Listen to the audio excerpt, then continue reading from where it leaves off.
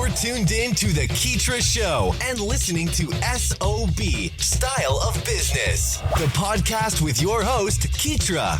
We aim to highlight the ongoing trek of entrepreneurs and business owners from around the globe, featuring stories that recount their struggles, experiences, and inevitable road to success and self-fulfillment. Welcome to SOB.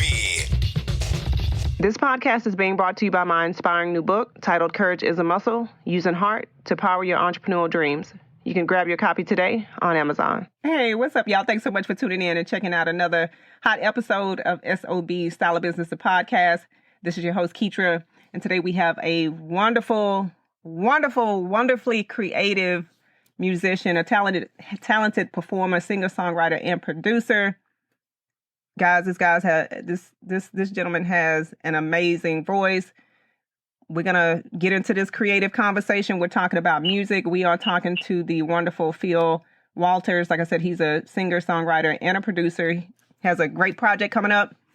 Wonderful things on YouTube. If you want to check him out, I'll let him give you more of that once we hop into the interview.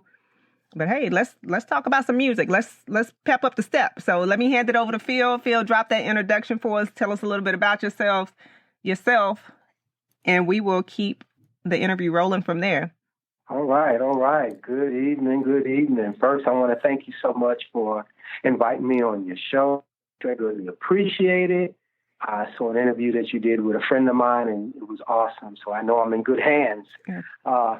My name is Phil Walters. I am a singer-songwriter, producer, who has a couple of CDs published, some singles. I did my first cover song a year or so ago, which was a really, really awesome thing. It was something I always wanted to do for one of the artists who I admire from our past. Sam Cooke, when he was with the Soul Stirrers, did a song called Jesus Gave Me Water, which was really awesome. I like to tell people Phil Walters, walking by faith and not by sight, because I am totally blind. I lost all my eyesight it's going on 15 years ago. Yeah. Valentine's Day. So some people got chocolate. I got right. this. But, you know, still a blessing, yeah. Make it do what it do. Exactly. Yeah. Yes, ma'am. So I'm really excited to be on the show today, and I'm currently working on a new project, a new CD that I hope to have released sometime this fall. Was trying to push it for last year, but a thing called COVID came in there. COVID changed a lot of plans, so had to put it on the back burner for a little bit. But yeah. So again, like I said, I'm really excited to be with you today, and to share what I do, who I am, and what I'm going to be doing in the coming months. So thank you for having me on. Absolutely. Hey, you are in the business of inspiring and uplifting people through your voice, because I'm telling you, I know you have the project that you're currently in the studio working on, but even the content that you have on YouTube, and hey, y'all, he plays piano too. So in addition to that, just an overall musician, anybody that plays piano and keyboard, to me, you are a musician, composer, and all that good stuff, but your voice is you have a really, really strong and captivating voice, a beautiful voice, and we'll get into inspiration and things like that behind the music. But I know to date you currently have am I correct with the 2 CDs? I know you mentioned, or you have rather, You're Everything to Me, and also You Saved Me. And I, just like you mentioned, I know you're rooted in your faith and you walk by faith, not by sight. But tell us a little bit about that. How did you adopt that? Well, we're speaking in reference to my eyesight. It was hereditary. My grandmother was blind. And as long as I can remember, she was blind. From what I understand, that she did have some sight early on, but she lost her vision. My mom had what you call glaucoma. And so it was 9 of us, and we all but the baby girl came out with 20 plus. Right. But the rest of us, we had some type of situations where either we were wearing eyeglasses, or some of us had problems with retinas, which was my case. My retinas just did not stay on. I lost my right eye at 7 years old due to a retina detachment. Yeah. And the left eye, it hung on for quite a while. So some years later, then I lost the left eye due to the same situation, a retina detachment.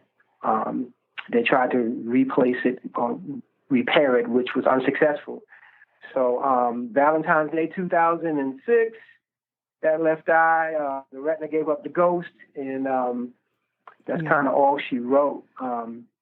So, I had went through my moment of having my pity party because a lot of things are going on. I was writing, producing, not just for myself, but for other people, and like anybody else with a production company, you're shopping music around and trying to get a deal. And, people were starting to take some interest. And after I lost my vision, a lot of things disappeared, including my vision. So everything got put on hold for quite a while. And I just stopped believing that I could do what I felt I was called to do, especially without physical eyesight. Yeah.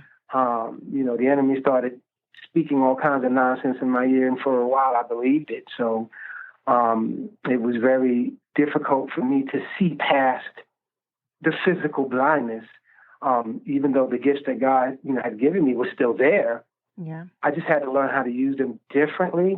And it's interesting, you mentioned the piano, because that's my second instrument. I always considered my voice to be my first instrument. I actually played a little piano when I had sight, but more in a studio capacity, just putting together chords and recording using recording software and sequencing the music together. Yeah. But I actually learned how to play the piano a lot more after I lost my sight. Oh, wow. Than I did when I had eyesight. Right. Yeah. That's amazing. That is amazing. I was kind of checking out, like even when I was listening to the music, the different, projects that you have on YouTube, like the different snippets you share. Let me just go ahead and put that out there. The different audio snippets. And I noticed that you said you studied vocal techniques, and I'm just kind of like me, this is aside from a lot of the interview, like I'm kind of thinking as you're talking there, I wonder how much of that vocal training actually influenced your sound, or if it was just something like, you automatically have the talent, right? Because, there's people that are automatically gifted. God gives them the gift, and then they just use, different techniques or different resources as, a vocal training school to help hone that sound. So my question to you is like how much did that impact the vocal training? Like how much of it impacted your sound now, or did it at all? Like, tell us a little bit about that process. Well, that's a great question, Keetria. When I went to the Little Red Schoolhouse in the Village in New York, what I needed to get was the control, the breathing, the learning how to do crescendos and decrescendos, how to use the diaphragm and not, overwhelm, my throat by singing through my throat or being too nasally. And there's a place for that. A lot of times if you hear like a little jazzy, cool song or somebody laid back, they may be a little more, a little more nasally, but if you're not looking for that sound as a regular, then, you needed to get that control. So I wanted to be able to learn how to use the gift that God gave me and have more control over it. So that's where the vocal training came in. But, since a child, the gift of song was there. My mom, she was always a scatter. So, you have to be a certain age to know about scatting like Ella Fitzgerald. And so she would do a lot of scatting, and it just make me laugh every time she would do her thing, Right. And it was always music in the house. Yeah. You couldn't tell her nothing about that, boy. Right. Oh, man. So, yeah. I tell you, I'm laughing because as you mentioned that, like, I remember my voice just only being good enough for Sunday school choir. Like when my grandmother, like, your grandparents drag you to church or things like that. And it's like, you're mentioning how important or how impactful you attended Little Red Schoolhouse for your voice and vocal training. And I'm like one of those people that, you can't sing. You might be able to get up there with the Sunday choir and harmonize, but you're not really fooling anybody. And it's funny that you just mentioned, like, hey, even if you have a God-given talent, that talent, you still got to kind of craft it and train it and hone it. Like, not everybody that has a little bit of talent can go next level. Like, you can't sing. So I'm one of those people that, I definitely don't need to be harmonizing or doing any type of background vocals for anybody. But I love that. I love that you mentioned that. And, you're exercising the gift that you have right now, and your communication skills are awesome. Like I said, my wife and I listened to the interview that you did with a friend of ours, and how you kind of guided her through, you nurtured her through, you were very attentive when it needed to be so, and then when you needed to kind of steer along, and you were able to do that, and that's a gift. I've been on a few interviews, and some interviews you'd be wondering, like, wow, why did they invite me on? Because they're like 99%. They're doing all the talking. Right. They back in the background, sleep, having a sip of coffee, texting. Right. Oh, yeah. You go to the restroom, you come back, they still going. Thank God gosh. this is radio. Yeah. I'm telling you. Yeah. Yeah, no. I'm sorry to cut you off. No. I definitely appreciate it. Now, you didn't cut me off. Hey, you just pretty much gave me a segue. Man, you just mentioned how COVID changed things, and obviously the live performances are down. There's certain things that you can't do as a musician. So with you, like, what has anything major changed in the way that you are going about putting together this new project? Because I know you're still working on it. I know you're still in the studio creating, but how has that impacted you, if it has at all? I'm glad you asked that, because when this whole thing started with COVID, the year was starting off really good. I was working as a musician. I had, gigs lined up, and I had places that I love. Pianos, I love them. Yeah, right. And pianos, baby grand pianos, mahogany pianos, ivory pianos. I just love them. And I was starting to get work where all I got to do is bring me. I'm sitting down at this piano, and I'm just feeling so cool. Excited. And, and all of a sudden COVID came, and everybody's like, quarantine, nobody can come in, And I'm sitting up here going, man, I didn't see this coming. And I'm laying in bed one night, and God just put it on my spirit so strong. You need to start a FB Live thing. Yeah. I'm audio. I ain't video, Right. Oh, my gosh, yeah. You want me to do what? And I'm sitting there. So now I'm like, okay, if you want me to birth this baby, you're going to have to help me with this. So right. God put it on my spirit. And a lot of things come to me, Keetria, at like 3 a.m. So I'm laying there, and all of a sudden I hear this. Ba, ba, ba, ba, ba, ba, ba, ba, ba, ba, ba. I'm like, oh, that's kind of slick. So I get up and I just start. If I don't get a word, I'll grab my recorder and just hum out the bars. Oh, wow. Yeah. So this is how Lunchtime Lift Me Up came to be. So I was like, okay, well, I'll just do a Facebook Live thing and go in there and just do some songs, and do what I do normally, but just do it on FB Live. And I'm like, okay, I don't know nothing about the camera. I'm physically blind. Let me tell you something. Starting out, people got a nice shot of my curtains. They know what my ceiling looks like. Some people with phones had to turn it sideways because my video was sideways. I ain't know about all of this stuff. Trial and error, yeah. Right. So the earlier stuff, I was like, y'all be patient with me, because hey, I am not video. So, and a couple of times I wanted to just throw in that towel. I'm like, this is frustrating. You're trying to focus on singing and playing, and now I got to worry about, can people see me as well as hear me? And right. Is the equipment working right? So it started coming along, just nurturing it, and it started growing. And then I was like, I need a theme song. So I was like, well, you got a recording studio. You're right. So I started sitting down one day with those little melody lines I just gave you, and all of a sudden, just started coming out. Let's just tell the story. We're giving God the glory. On lunchtime, lift me up. I'm like, hey, this is jam. Right, yeah, we got a whole concert going.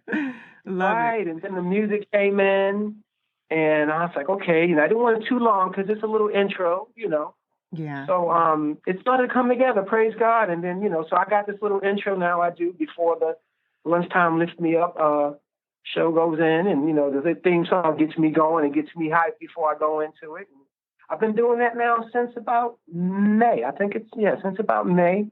Oh, wow, Late April, early May. And it has turned into a labor of love, and I'm going to continue to do it and as long as God says so, Yeah, no, you should definitely. I mean, just the whole title, "Lunchtime Lift Me Up," would feel lift me up live would feel Walter's like, think about lunchtime. Like that's the time when you kind of taking a break. Like help me gather or regather this day so I can make it the next 4 to 5 hours. I think it's definitely right on time. I love the inspiration and the power that you put behind it. Which is really impressive. And it's crazy that you just mentioned like, hey, I'm gonna go ahead and do this, but I'm gonna need you to kind of give me some sort of guidance because I don't know what's happening with this Zoom or this, this microphone, but I have the courage to at least, walk and step into the inspiration and the desire to do it. So I love that. I love it, Phil. Love it, love it. Yeah, and speaking of that, like you just, you had I call it the intuitive nudge. You get your inner guidance and it tells you, hey, I want you to focus on this, and that's what you move towards. Like how much of that creativity do you think is the basis of the music that you create? So, I mean, I know it's kind of like a weird question, but I feel like you understand what I'm getting at, because sometimes we have these creative nudges or we have these like intuitive nudges, but we don't actually follow through on them. Or maybe, by you doing the lunchtime Facebook Live that you do, maybe that's a basis for you to really go out and, you feel like you're lifting people up, but maybe that's guidance towards something else. Like how much of that creativity do you really pull from that initial idea, like the lunchtime live? Like, I don't even know, like, if that's even a question. I think I didn't talk myself I think I talked myself out of the question. I may have even answered it and, just come back to it. So anyway, let me just make it a little bit simpler. What I'm getting at is how much of your creative power do you put into your work? Like, I know we have influences and inspiration, but that's pretty much the question that I'm trying to ask. How much of your own creative power do you put into your work? Well, it's funny you should mention that. And over the course of last year, I birthed a website, which was something I always wanted to do. Now, don't get me wrong, I had some help. I'm still getting help. Right. Like some of that stuff is visual, But I have a blog, which is crazy because I didn't see that coming. Yeah. I'm like, blog? Somebody's like, you need to do a blog. I need to do a who? I'm barely getting by with this whole lunchtime lift me up thing with the cameras being upside down and everything. Right. But I'm mentioning this, Keetria, because I have an article coming out this week, and it talks about this very thing. And, the Bible says all things are possible to them that believe. But it also says, faith without works is dead.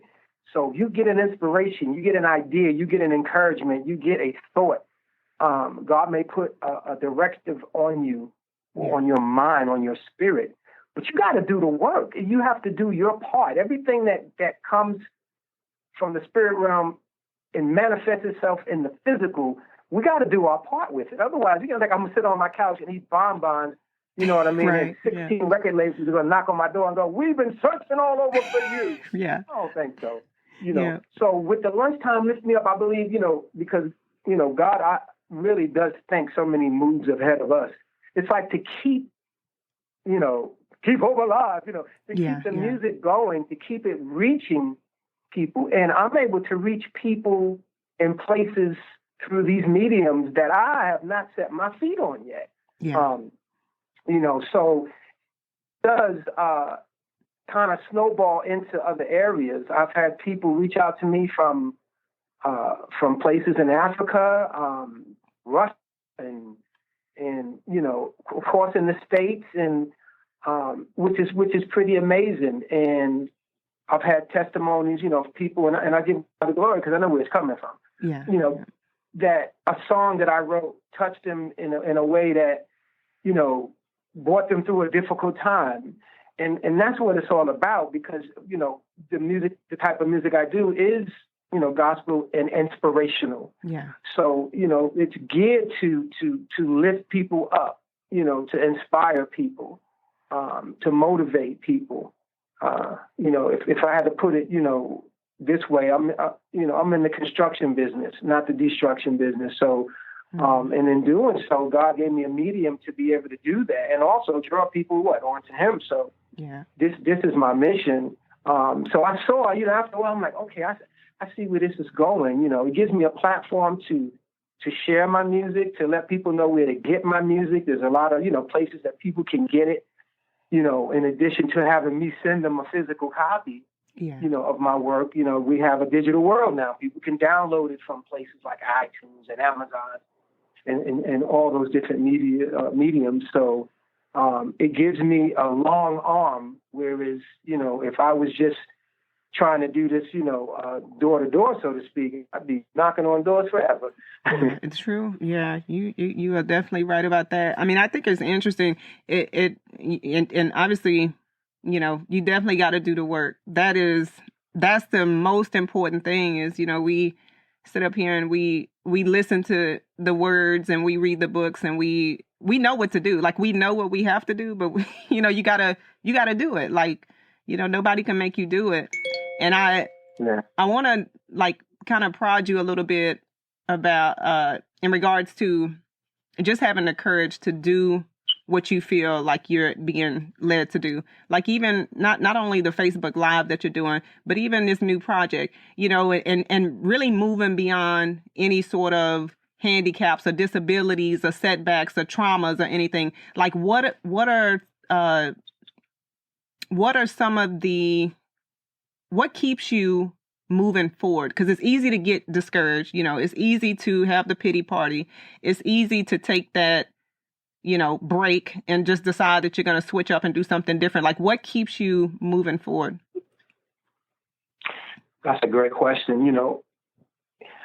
After being at the bottom, losing my sight, having that pity party, I threw a serious party for one. I went through it, Right, yeah. I mean, I had this thing about me. I always tell people, when I take on something, I go all in. So when I took on depression, I took it on big time. I'm like, they're going to look it up in the dictionary and see my face there going, that's me. That's him, right. I went through it. So when God brought me through it, and I know He did, it was like, okay, so I've been there. I've been to the rock bottom, and don't get me wrong, there are setbacks in doing this. Whew, Lord, day to day, sometimes I go through situations where I have, because you are working in a sighted world without sight. But each time I run into those little obstacles and stuff like that, sometimes I have to sit back and take a breath and say, okay, you know what? Let me chill for a minute. Let me get my thoughts together. But I think that the thing that drives me is knowing what I'm doing is being a blessing to somebody, and also doing what I love to do. I mean, that is just in a nutshell. Just when you do what you love to do, you're gonna fight for that thing. You're gonna fight hard for places that you love. Whether it be those whom you love or that thing you love to do, you're going to fight for it. Yeah. And that's what I find myself doing. So when those discouraging times come, you got to regroup. You got to regroup sometimes. And look, I'm a little older now, so I'm learning how to take a nap. Sometimes I'll be fighting like a little kid. Like, you know what? Things ain't working out right now. I'm going to take a nap. Phil like had his nap this afternoon. Y'all let him go retreat for a few minutes or so. Exactly. And then, you wake up and like, okay, I feel I can go again. I'm ready for round 2 or round 3 or what have you. Yeah. So that just keeps me going. And, I love music. I've always have. When I was a baby, my aunt who helped raise me put a transistor radio by my ear because we didn't have a crib. So, and they told me to stay there and stare at that thing. So to this day, there are some classic songs I'll be singing sometimes like, wow, I hear this song. And I look, it's been implanted, So, yeah. But yeah, it's always been a part of me, Yeah, well, I tell you what, Absolutely. we need people like you to keep creating and keep inspiring and uplifting. And before we wrap up, tell us a little bit about what we can expect on the new CD. I know you're still in the studio, but give us a little tidbit of what's to come, and like even if you have like a tentative release date and all that good stuff. Oh, thank you for asking. Well, the project, it's coming along well. If you listen to any of my projects, my music is very eclectic. So I use different genres and styles of music to bring forth the good news. So you'll hear everything from reggaeton to R&B to rock, to good old traditional gospel, or contemporary gospel. And I grew up in New York, so I've been exposed to all of these different styles of music. Even, you hear some Latin tones in there, but it's all wrapped up in a nice package with the good news. So look forward to more of that. Okay. Look forward to more of that. Some of the songs that I put together on this project, I wanted to come. I'm high energy. I always have been. I'm like early morning. My wife, when we first got together, she wasn't a morning person. So I'm 5 o'clock in the morning. Hey, everybody get up. She's like, everybody, let's not close the door. Get out of here. Oh my gosh, that's crazy. Yeah. So it's hard for me to slow down. So I wanted to put together a worship song, and that was really just more worship and slow and laid back, get you thinking and just put you in that mindset to just, giving God the glory. And I finally have one that I really believe does that. And of course I got my high energy songs in there too. And songs that will talk about, for me, I just have to say, the word says we overcome by the blood of the Lamb and the words of our testimony. There are a lot of people out there that are going through that think they can't get through. So one of the things I like to do with my music is share my testimonies through song to let people know if God brought me through, he can bring you through too. It ain't all about me. It's not, I'm not some unique person on the planet, whereas he's just going to bless me and not bless anyone else. Because a lot of people are close to throwing in the towel, and they need to be inspired to hang on, So it's a lot of that in there. The release date, I'm looking at the fall, but I'm going to drop some nuggets in the spring and the summer. So my goal is to drop a single in, maybe in the spring and then one in the summer, and then concentrate on the fall, maybe October-ish, to drop the whole album. Sometimes that's subject to change, because we didn't know COVID was coming. So oh my gosh. Hey, don't conjure that up, Phil. Come on now. We dealing with COVID. I'm trying to feel like we didn't hear. Hopefully by then it'll be long gone. We'd be like, right. Right, and, right. I do have another cover song I plan on releasing. It's a holiday song I grew up loving as a child. I'm doing my own remake of the Little Drummer Boy, so that's going to be coming out this fall as well. I just love it. I actually finished the project, and I was going to release it in 2020, but like I said, with all that went on, I didn't want to rush it. Yeah. And I just said, well, you know what, God's will, I'll release it this year in 2021. You know what I call 2021? 2020 Part 1. Oh, so, okay. Hey. Yes, ma'am. We're going to stand in favor for something magnificent. I'm just putting it out there to the universe. 2021 has been a wonderful year thus far. We're gonna manifest. Right. We're gonna manifest the good stuff, right? Yes. And you know what? And before we wrap up, you just mentioned, which I think is extremely important, how a lot of people are giving up right now. People are coming out of different situations and circumstances and environments. There's a lot of stuff going on. People are hurting emotionally, financially, physically, mentally. There's a lot of different things that are kind of weighing people down. So in addition to what you're doing through your music, give us some words of empowerment. I always say words of encouragement, but like, give us something that we can kind of ride for the rest of the week to keep us empowered. Give us, if you can. Okay. There's a couple of things that I always kind of keep with me, and I've used it on posts from time to time. Each day is a new day, pregnant with possibilities, ready to give birth to great things.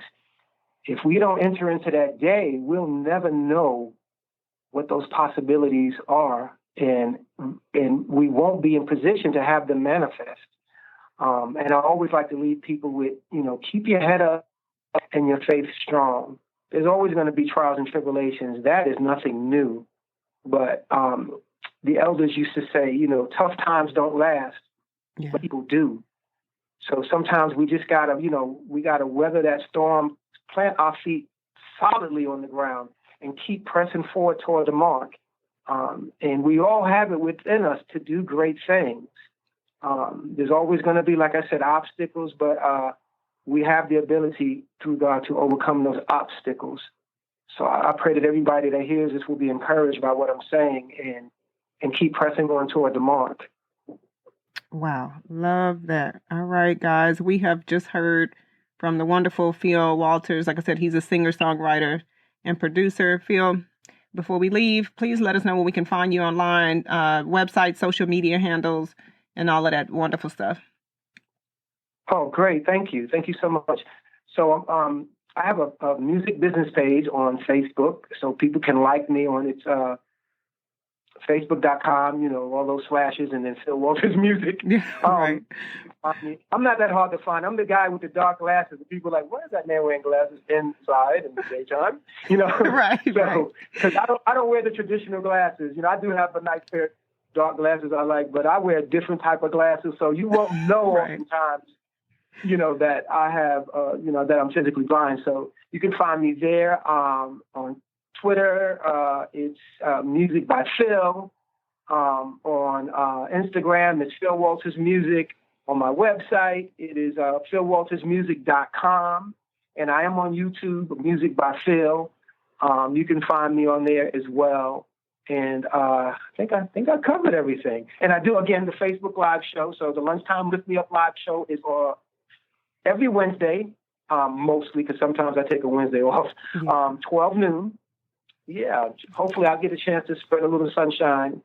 But yeah, those are places that I can be found. The music is on all the digital outlets, iTunes, Amazon, Spotify.